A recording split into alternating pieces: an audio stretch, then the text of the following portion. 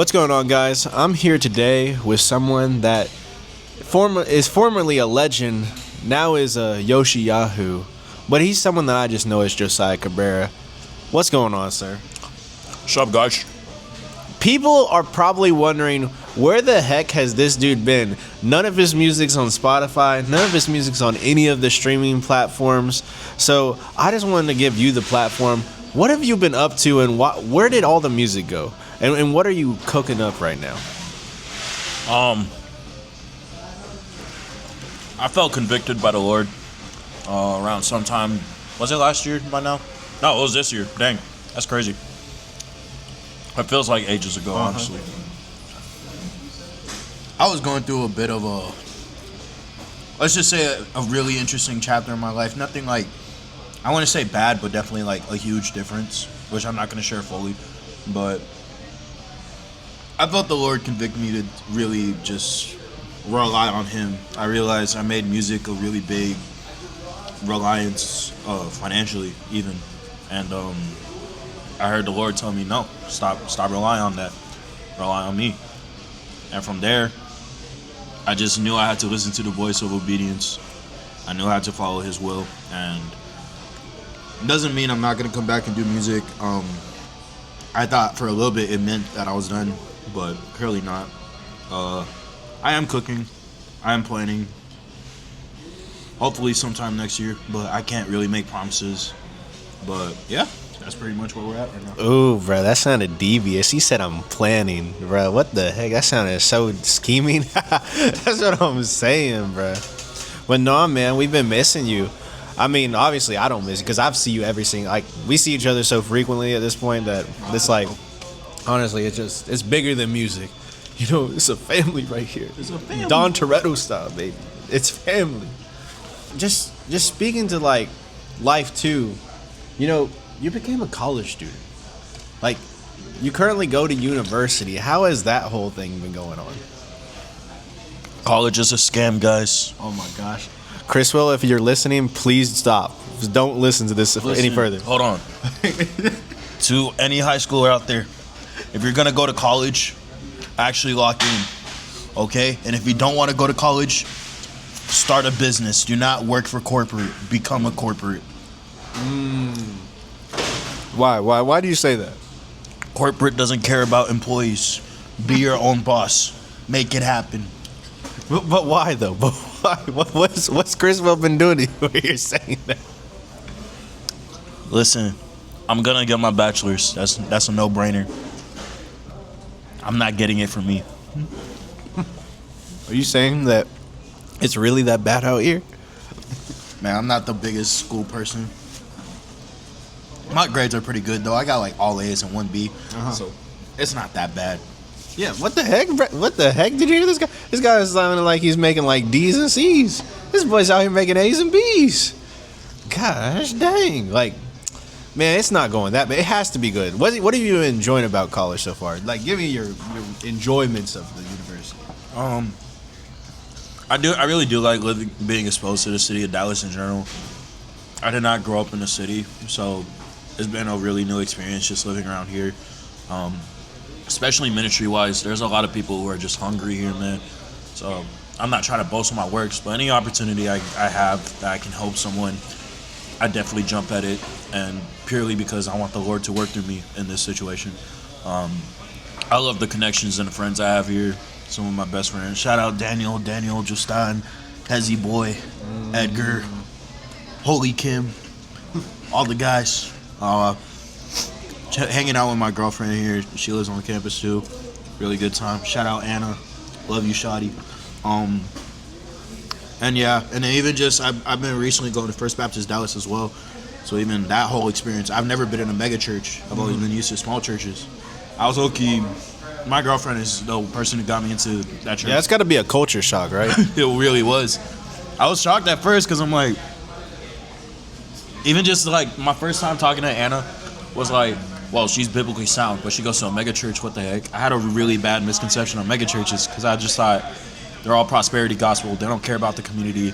Boy, was I wrong. This church cares about the heart of Dallas, the people in it, the people around. They're always trying to feed people. They're always trying to help. They're always trying to just minister the gospel, and I'm really glad to be a part of that. So just everything I think I've been exposed to, the things the Lord has been placing around me, I'm just really grateful for. Yeah, and I just wanna brag on you for a second, man. I just wanna talk about how proud I am of you for a second. If I could just do that for a minute. You know, this gentleman, he's going to college for a formal ministry like calling. Like this gentleman right now, he's serving in the Spanish ministry at First Baptist Church of Dallas, and man, that is just like one of the coolest things I think he's doing right now. And I want you to speak to that a little bit. How did you get plugged into that ministry, and what about that ministry speaks to you? As a Latino, it's always important. Now, the thing about me, I'm very no sabo. For those of you who don't know what that means, it's basically like my Spanish. I sound white when I speak Spanish, but I understand it completely, and I know the culture, like the ins and out of it. I am the culture of Latino. I went to my church does something called the Pastor's Dinner. You ever been to Maggiano's? Yeah, Italian food joint. So our church does Pastor with the Dinner and Maggiano's in North Park over here, and it's a free dinner. And so the first dinner I went to, I met the Spanish pastor Humberto. He was just a really welcoming dude. I'm like, whoa, this guy's cool. I never had the opportunity to go to the Spanish service until the second dinner I went to, which was a few weeks ago. I met him. He didn't recognize me, but we re-met each other. I asked the pastor a question about dispensationalism, and then he came up to me and was like, my wife came from Jewish roots as well, so it's cool to see you part of our church. And I'm like, yeah, man. And I straight up told him, if you ever need help serving, if I can ever serve the Spanish side, please let me know. I drum. And he was like, you're a drummer? And he's like, yeah, bro. And he's like, oh my gosh, we've been looking for one. And I met the music director too, Daniel. And then, yeah, from there, just been good. I've been plugged into other ways I can serve the church as well, and I just love it so far. Very beautiful community. I love the inclusion First Baptist Dallas has, because it doesn't feel like, it's two different services for sure, but it doesn't feel like a segregated type of deal from past experiences I've had. Like, I can see like the Latino people from the Latino service interact with people from the bigger English service, and they still like, they look like they're unified. They don't look separate. They don't look like they're going to two different churches. So that's something I can definitely say I'm grateful that I get to be a part of that. Because that's something I hate about like English Spanish service. They're so separated. Yeah, that is not the issue in this church.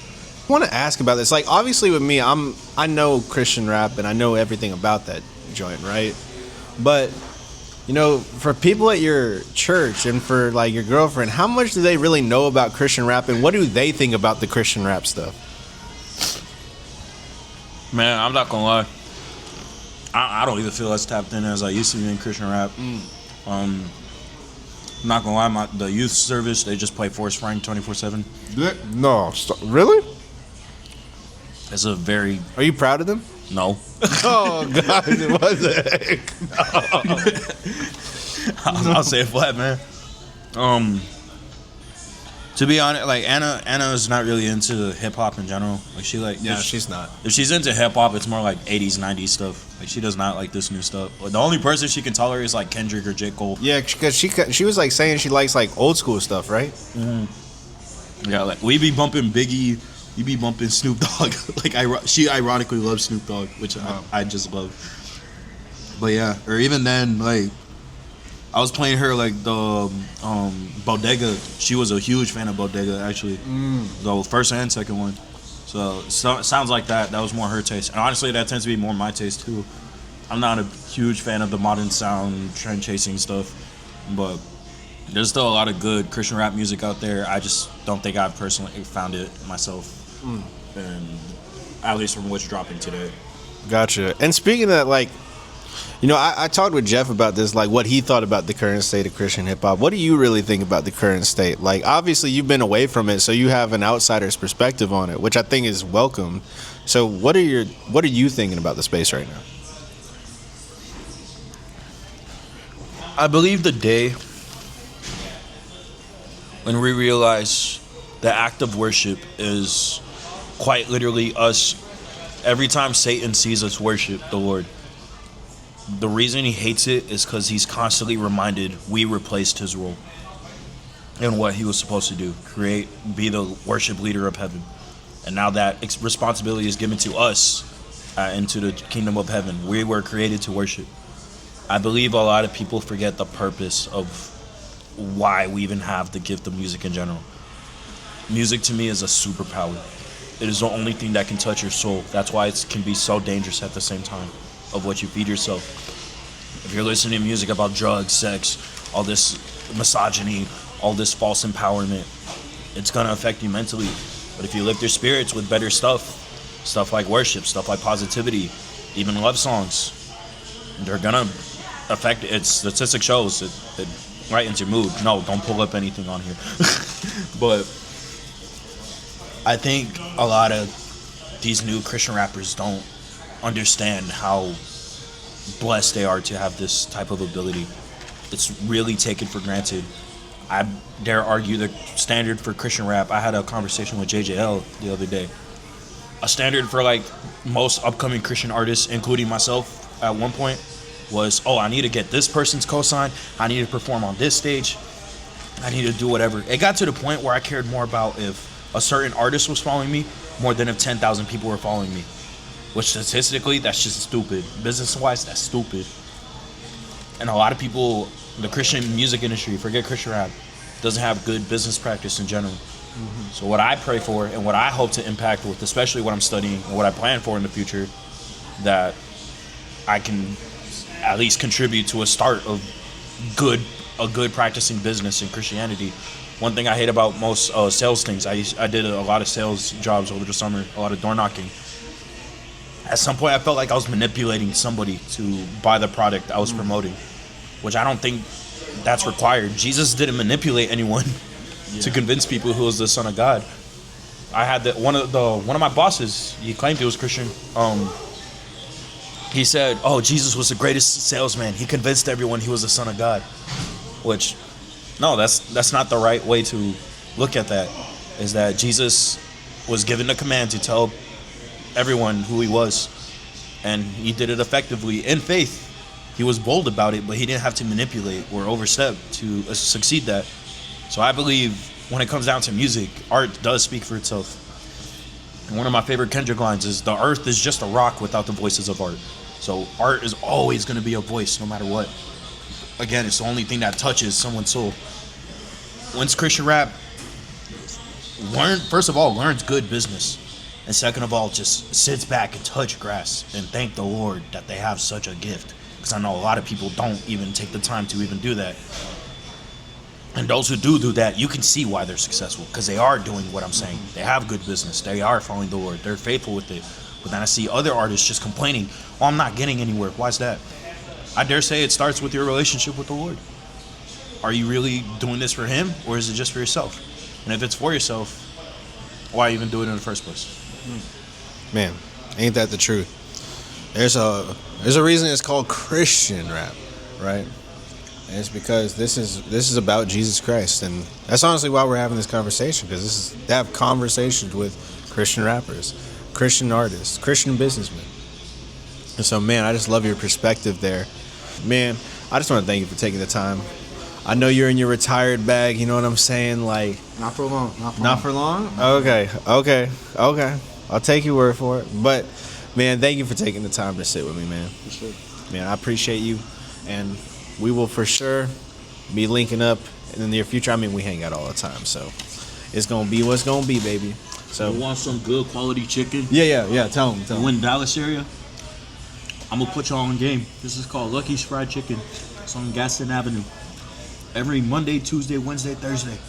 $2 chicken sliders from 3 o'clock to 6 o'clock. Take advantage of that. If you broke like me, take advantage. I'm going to leave that in there just for all the brokies out there. Okay. We love you guys. We'll see you guys.